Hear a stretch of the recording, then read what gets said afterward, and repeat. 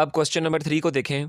Question number 3 आपको आपकी screen पे नज़र आ रहा है। आपसे कहा जा रहा है if u is equal to under root x plus 2y and x changes from 3 to 2.98 while y changes from 0.5 to 0.51 find an approximate value for the change in u। तो ये है आपके पास क्वेश्चन नंबर 3। देखें question number 3 जो है ये पिछले questions 1 और 2 दोनों से कुछ मुख्तलिफ है। सबसे पहला डिफरेंस ये है कि पिछले दोनों क्वेश्चंस में आपको x और y की सिर्फ रिप्रेजेंटेड वैल्यूज़ दी गई होती थी और आप उन x और y की रिप्रेजेंटेड वैल्यूज़ की मदद से most approached authentic values of x and y को खुद लेट करते थे। लेकिन इस क्वेश्चन नंबर 3 की स्टेटमेंट में देखें, आपको x और y की रिप्रेजेंटेड वैल्यूज़ के साथ साथ most approached authentic values of x and y भी गिवन दी हुई हैं। ठीक है। और दूसरे नंबर पे देखें कि पिछले दोनों क्वेश्चंस में आपको एक गिवन फंक्शन दिया हुआ होता था और आपसे कहा जा रहा था कि आप मीन ऑफ डिफरेंशियल के मेथड के ज़रिए इन फंक्शंस की अप्रोक्सीमेट वैल्यूज़ को मालूम करें। तो ये स्क्रीन पे आपको नज़र आ रहा है कि इस तरह हमने पिछले सवालों को हल करने के लिए फार्मूले को जनरेट किया था और सवाल को हल किया था। लेकिन इस क्वेश्चन नंबर 3 में देखें, आपसे कहीं ये नहीं कहा जा रहा कि फ़ंक्शन की वैल्यू को मालूम करें, बल्कि आपसे यहाँ पर कहा जा रहा है कि आप सिर्फ चेंज इन यू की वैल्यू को मालूम करें। तो चेंज इन यू के लिए हमने पिछले क्वेश्चंस में जो फार्मूला पढ़ा था वो ये था और इस फार्मूले को देखें, ये चेंज इन थीटा के लिहाज से था। तो हमने तो चेंज इन यू की वैल्यू निकालनी है।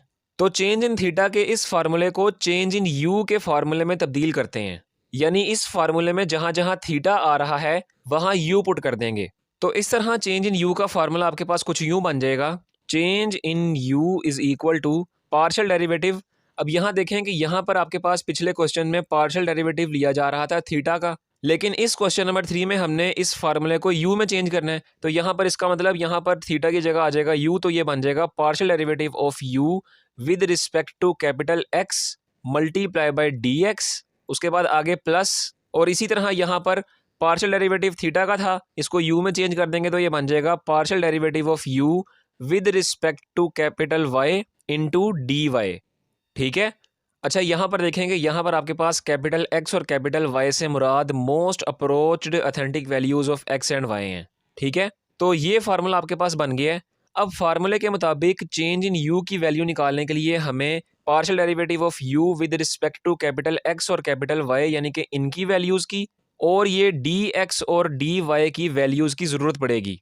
तो सबसे पहले इन वैल्यूज़ को निकालेंगे। जब ये वैल्यूज़ हमारे पास निकल आएंगी तो उन्हें इस फार्मूले में इनकी जगह पुट करेंगे तो हमारे पास चेंज इन यू का जवाब निकल आएगा।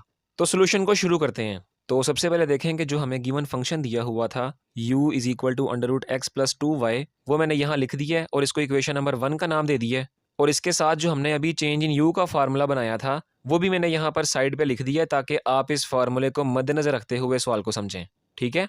अब जैसा कि मैंने आपको बताया था कि हमें इस फार्मूले के मुताबिक partial derivative of u with respect to capital x and capital y की ज़रूरत पड़ेगी। तो इसका मतलब कि हमें जो गिवन फंक्शन u दिया हुआ है, यानी कि ये वाला फंक्शन u का, इस फंक्शन को हमें पार्शियल डेरिवेटिव लेना पड़ेगा इसका with respect to capital x and capital y। तो आप मुझे बताएं कि क्या हम अभी यानी कि u is equal to under root छोटे x प्लस 2 इंटू छोटे y, यानी कि छोटे x और छोटे y के लिहाज से जो फंक्शन दिया हुआ है, क्या हम इस वाले फंक्शन को कैपिटल X और कैपिटल Y के लिहाज से पार्शियल डेरिवेटिव करवा सकते हैं? इसका नहीं ना करवा सकते, क्योंकि ये छोटे x और छोटे y के लिहाज से है और यहाँ हमें पार्शियल डेरिवेटिव कैपिटल X और कैपिटल Y के लिहाज से चाहिए। तो इसका मतलब कि हम इस फंक्शन को कैपिटल X और कैपिटल Y में तब्दील कर देंगे। ठीक है, ताकि हम यहाँ से partial derivative of u with respect to capital X और कैपिटल Y निकाल सकें। तो ये इस फंक्शन को कैपिटल X और कैपिटल Y में तब्दील कर देते हैं। तो ये हमारे पास बन जाएगा u is equal to square root, इस छोटे x की जगह आप इसको कैपिटल X में तब्दील कर दें, आगे प्लस 2 भी ऐसे ही, और y छोटे वाले y को आप कैपिटल Y में तब्दील कर दें। अब ये जो फंक्शन हमारे पास बन रहा है इसको इक्वेशन 2 का नाम दे दें और इस इक्वेशन 2 को यानी कि इस वाले फंक्शन को हम partial derivative of u with respect to capital X और कैपिटल Y में इस्तेमाल करेंगे। ठीक है, इस चीज़ को आपने नोट कर लेना है। अब गिवन स्टेटमेंट में आगे देखें, मैंने शुरू में आपको बताया था कि x और y की रिप्रेजेंटेड और अप्रोच्ड दोनों वैल्यूज़ ही आपको गिवन स्टेटमेंट में दी हुई हैं। तो इस गिवन स्टेटमेंट में आपको 4 मुख्तलिफ वैल्यूज़ नज़र आ रही हैं। तो इन 4 वैल्यूज़ में हमें कैसे पता चलेगा कि x और y की रिप्रेजेंटेड वैल्यूज़ कौन सी हैं और अप्रोच्ड वैल्यूज़ कौन सी हैं? तो इसके लिए गिवन स्टेटमेंट में आपसे कहा जा रहा है कि x चेंजेस फ्रॉम 3 to 2.98। अब देखें इसका क्या मतलब है, इसका ये मतलब है कि ये इस चीज़ को जाहिर कर रहा है कि पहली दो वैल्यूज़ x से रिलेटेड हैं। और आगे गिवन स्टेटमेंट में आपसे कहा जा रहा है कि while y changes from 0.5 to 0.51, यानी इसका ये मतलब है कि आखिरी दो वैल्यूज़ y से रिलेटेड हैं। अब इन वैल्यूज़ में देखते हैं कि रिप्रेजेंटेड वैल्यूज़ कौन सी हैं और अप्रोच्ड वैल्यूज़ कौन सी हैं। तो सबसे पहले x से रिलेटेड इन वैल्यूज़ में देखते हैं। देखें इन दो वैल्यूज़ में आपको जो ऑथेंटिक तीन वैल्यू नज़र आ रही है वो है 3। तो इसका मतलब ये इस चीज़ को जाहिर कर रहा है कि 3 हमारे पास most approach authentic value of x है और इसे हम कैपिटल X से रिप्रेजेंट करेंगे। और इसके अलावा ये दूसरी वाली वैल्यू जो हमारे पास बच रही है यानी कि 2.98, तो ये automatically represented value of x होगी, ठीक है। और इस वैल्यू को हम छोटे x से रिप्रेजेंट करेंगे, ठीक है। तो इस तरह आपको पता चल जाएगा कि अप्रोच वैल्यू ये है और रिप्रेजेंटेड वैल्यू ये है। अब बिल्कुल इसी तरह y से रिलेटेड इन दोनों वैल्यूज़ में देखें इन दोनों वैल्यूज़ में जो ऑथेंटिक तीन वैल्यू आपको नज़र आ रही है वो है 0.5। देखें ना 0.5 जो है ये 0.51 की निस्बत ऑथेंटिक वैल्यू है, ठीक है। तो इसका मतलब है कि 0.5 जो है हमारे पास most approach authentic value of y है और इसको हम कैपिटल Y से रिप्रेजेंट करेंगे। और इसके अलावा ये वाली दूसरी वैल्यू जो बच रही है यानी कि 0.51, ये automatically represented value of y होगी और इसको हम छोटे y से रिप्रेजेंट करेंगे। तो इस तरह हमने गिवन स्टेटमेंट से रिप्रेजेंटेड वैल्यूज़ को भी जाहिर कर लिया है और most approach authentic values of x and y को भी जाहिर कर दिया है। अब इसके बाद सोल्यूशन में हम आगे dx और dy की वैल्यूज़ को फाइंड आउट करते हैं। तो सबसे पहले dx की वैल्यू के लिए देखें सोल्यूशन में आपसे कहा जा रहा है कि आपका जो x है यानी कि यहाँ देखें कि x चेंजेस फ्रॉम 3 to 2.98, यानी कि आपका जो x है ये 3 से 2.98 पे चेंज हो रहा है। और इसमें चेंज कितना आ रहा है तो देखें ना dx ये जो है हमारे पास d ऑफ x ये तो चेंज ही है ना। तो चेंज मालूम करने के लिए मैं क्या करता हूँ, मैं ये जो dx है यहाँ पर प्लस करवा देता हूँ। तो देखें ना ये जो स्टेटमेंट आपके पास बन रही है यहाँ से मैं dx की वैल्यू को निकाल सकता हूँ ना। तो यहीं से dx की वैल्यू को निकालते हैं। ये जो 3 है आपके पास ये यहाँ लेफ्ट साइड पे प्लस हो रहा है, इसको राइट साइड पे ले जाएं तो ये आपके पास बन जाएगा, ये स्टेटमेंट बन जाएगी। अब जब आप इसको सिंप्लीफाई करेंगे तो इसका जवाब आपके पास आएगा -0.02, ठीक है। तो इस तरह आपने इसकी स्टेटमेंट बनाई और यहाँ से d ऑफ कैपिटल x का जवाब निकाल लिया। अब सेम टू सेम ऐसे dy के लिए देखें, आपको गिवन स्टेटमेंट में कहा जा रहा है कि आपका जो y है यानी कि यहाँ पर देखें कि y चेंजेस फ्रॉम 0.5 to 0.51, कि आपका y जो है ये 0.5 से 0.51 पर चेंज हो रहा है। और इसमें चेंज कितना आ रहा है तो d ऑफ कैपिटल Y जो है वो यहाँ पर अगर मैं प्लस करवा दूंगा तो इस स्टेटमेंट से मैं d ऑफ कैपिटल Y का भी जवाब निकाल सकता हूँ। तो इसको भी सिंप्लीफाई करें, देखें ये 0.5 यहाँ लेफ्ट साइड पे प्लस हो रहा है, इसको राइट साइड पे लेके जाके माइनस करवा दें, ये स्टेटमेंट आपके पास बन जाएगी कुछ यूं बन जाएगी, ठीक है। अब जब आप इसको सिंप्लीफाई करेंगे तो यूं मेरे पास d ऑफ कैपिटल Y का क्या जवाब आ जाएगा +0.01 जवाब आ जाएगा, ठीक है। तो यूं हमने इस स्टेटमेंट की मदद से कि d ऑफ कैपिटल Y का भी जवाब निकाल लिया है। अब देखें फार्मूले के मुताबिक इन दोनों की वैल्यूज हमारे पास आ चुकी है, सिर्फ हमारे पास partial derivative of u with respect to capital x और कैपिटल Y की वैल्यूज रहती हैं। तो अब हम इन्हीं को निकालते हैं। तो जैसा कि मैंने आपको शुरू में बताया था कि पार्शियल डेरिवेटिव के लिए आपको इक्वेशन 2 का इस्तेमाल करना पड़ना है। तो सबसे पहले हम ये जो इक्वेशन 2 हमने बनाई थी कैपिटल x और कैपिटल Y के लिहाज से, इसका पार्शियल डेरिवेटिव लेते हैं with respect to capital x। तो ये मैंने यहाँ लिख दिया कि हम पार्शियली डिफरेंशिएट करने लगे हैं इक्वेशन नंबर 2 को with respect to capital x। और ये जो हमारे पास इक्वेशन नंबर 2 थी इसको मैंने यहाँ पर पार्शियली डिनोट भी करके लिख दिया है। और दूसरी बात ये कि इक्वेशन नंबर 2 में हमारे पास फंक्शन स्क्वायर रूट के लिहाज से था, तो उस स्क्वायर रूट को यहाँ पर मैंने पावर 1/2 के लिहाज से करके लिख दिया है ताकि आपको समझने में आसानी रहे। अब इसको पार्शियली डिफरेंशिएट करते हैं। देखें पार्शियल डिफरेंशिएट के मतलब आप जानते हैं कि वो सिर्फ उसी फंक्शन के ऊपर ऑपरेट होता है जिस लिहाज से पार्शियली डिफरेंशिएट किया जा रहा होता है। यानी कि यहाँ पर पार्शियली डिफरेंशिएट हो रहा है कैपिटल एक्स के लिहाज से, इसका मतलब हम इस फंक्शन में कैपिटल एक्स वाले फंक्शन को ही सिर्फ टारगेट करेंगे पार्शियल डेरिवेटिव लेते वक्त। बहरहाल यहाँ देखें पार्शियली डिफरेंशिएट लिया जा रहा है इस फंक्शन का जिसकी पावर है 1/2, तो यहाँ पर पावर रूल लगेगा। तो पावर रूल क्या कहता है कि पावर आपके पास शुरू में आ जाएगी फंक्शन x + 2y, इसकी पावर में आप 1 कम कर देंगे और पावर के बगैर यानी कि पावर के बगैर आप इस फंक्शन x + 2y का सिर्फ डेरिवेटिव लेंगे with respect to capital x। तो इसका जवाब आपके पास आ जाएगा 1। देखें ना x के लिहाज से आपने पार्शियल डेरिवेटिव लेना है तो सिर्फ ये वाला x ही टारगेट होगा ना, 2y कैपिटल x के लिहाज से कांस्टेंट होगा और वो 0 हो जाएगा, ठीक है। तो सिर्फ कैपिटल x का हमने डेरिवेटिव लिया विद रिस्पेक्ट टू x, तो उसका जवाब आ गया 1।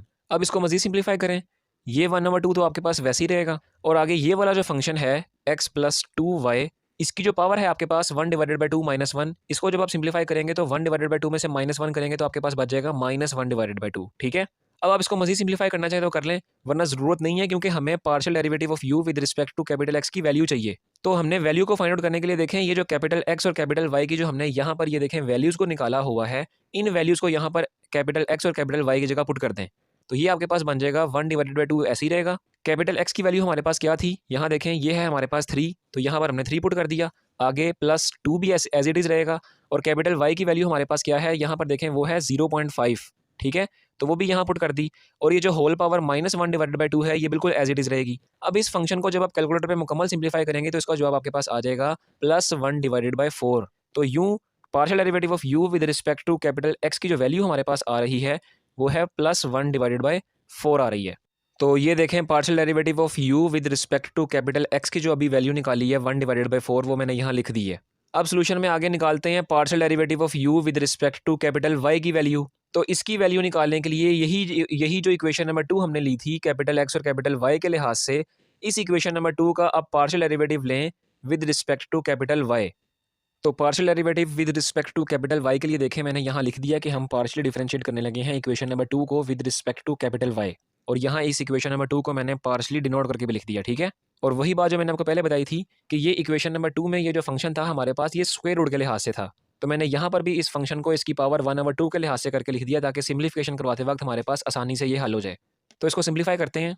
देखें अब की बारी आपके पास पार्शियल डेरिवेटिव लिया जा रहा है इस फंक्शन का कैपिटल Y के लिहाज से, और ये फंक्शन हमारे पास देखें क्या है कि ये जो होल फंक्शन है इसकी पावर 1/2 बन रही है, तो इसका किस रूल के तहत डेरिवेटिव लेंगे, पावर रूल के तहत। तो पावर रूल हमारे पास क्या कहता है कि फंक्शन की जो भी पावर होती है हमारे पास वो शुरू में आ जाती है, और जो भी फंक्शन होता है यानी कि x प्लस 2y हमारे पास फंक्शन है, इसकी पावर में आप एक माइनस कर देते हैं, यानी कि एक कम कर देते हैं, और इस पावर के बगैर ये जो भी फंक्शन बचेगा आपके पास उस फंक्शन का आप पार्शियल डेरिवेटिव लेंगे कैपिटल Y के लिहाज से। तो फंक्शन आपके पास बच रहा है x प्लस 2y, तो इसका पार्शियल डेरिवेटिव लें कैपिटल Y के लिहाज से। तो देखें मैंने आपको बताया था कि डेरिवेटिव हमारे पास कैपिटल Y के लिहाज से लिया जा रहा है, इसका मतलब x अब की बारी हमारे पास कांस्टेंट होगा, और कांस्टेंट का डेरिवेटिव हमारे पास 0 होता है। ठीक है, और आगे plus plus as it is रहेगा, और आगे 2y, तो 2y हमारे पास जो फंक्शन है इसी का डेरिवेटिव लेंगे हम y के लिहाज से, तो इसका डेरिवेटिव देखें क्या आ जाएगा, खाली 2 जवाब आ जाएगा इसका। इसको मज़ीद सिंप्लीफाई करें, ये 1/2 हमारे पास एज इट इज़ रहेगा, और ये जो फंक्शन है x प्लस 2y इसकी पावर में देखें 1/2 माइनस 1 हो रहा है, तो इसको सिंप्लीफाई करेंगे तो इसका जवाब आपके पास आ जाएगा -1/2। ठीक है, मज़ीद सिंप्लीफिकेशन में देखें 0 प्लस 2 2 ही होता है, तो यहाँ पर 2 लिख दें। अब देखें मज़ीद कटिंग शेडिंग हो रही है तो उसको काट दें, ये 2 और ये 2 हमारे पास कट जाएगा, और पीछे हमारे पास ये फंक्शन बच जाएगा। ठीक है, ये भी मैंने यहाँ लिख दिया है। अब देखें हमें तो partial derivative of u with respect to capital Y की वैल्यू चाहिए, हमें इस फंक्शन से कोई सरोकार नहीं है। तो वैल्यू निकालने के लिए यानी कि ऑथेंटिक वैल्यू निकालने के लिए हम क्या करेंगे कि ये कैपिटल X और कैपिटल Y की जो वैल्यूज़ हमने यहाँ पर निकाली हुई हैं, यानी कि ये वैल्यू आपको जो नज़र आ रही हैं वो वैल्यूज़ यहाँ पर पुट कर देंगे। X की वैल्यू हमारे पास है 3, वो यहाँ पुट कर दी, और आगे ये 2 एज इट इज़ रहेगा, और Y की वैल्यू हमने क्या निकाली हुई है वो है 0.5, वो भी यहाँ पुट कर देंगे, और होल पावर जो है वो है -1/2। ठीक है, अब कैलकुलेटर में जब आप इस फंक्शन को सिंप्लीफाई करेंगे तो इसका जवाब आपके पास आएगा 1/2 आएगा। तो यूँ मेरे पास partial derivative of u with respect to capital Y का क्या जवाब आ रहा है, 1/2 जवाब आ रहा है। तो ये partial derivative of u with respect to y की जो वैल्यू आई है 1/2, वो भी मैंने यहाँ लिख दी है। अब देखें फार्मूले के मुताबिक हमारे पास इन वैल्यूज़ की जो ज़रूरत थी वो सब की सब हमने यहाँ निकाल ली हैं। ठीक है, तो जब ये सारी वैल्यूज़ आपके पास आ गई हैं तो इन सारी वैल्यूज़ को आप फार्मूले में पुट करें और चेंज इन u की वैल्यू निकाल लें। तो ये देखें कि यहाँ से सारी वैल्यूज़ जो हमने निकाली थी वो यहाँ पर इस फार्मूले में उनकी जगह वैल्यूज़ पुट कर दी हैं। तो ये हमारे पास स्टेटमेंट कुछ यूँ बन चुकी है। अब इस स्टेटमेंट को जब आप कैलकुलेटर पर सिंप्लीफाई करेंगे तो इसका जवाब आपके पास आ जाएगा 0। ठीक है, तो यूँ चेंज इन u जो है ये हमारे पास क्या जवाब दे रहा है, 0 जवाब दे रहा है। इसका मतलब कि हमने जो ये जितनी भी सिंप्लीफिकेशन की है u में 0 चेंज आ रहा है, यानी कि u में कोई भी चेंज नहीं आ रहा। तो यहाँ पर आप लिख भी सकते हैं कि this show that there is no any change in given function u। ठीक है, तो ये था हमारे पास क्वेश्चन नंबर 3 का सलूशन।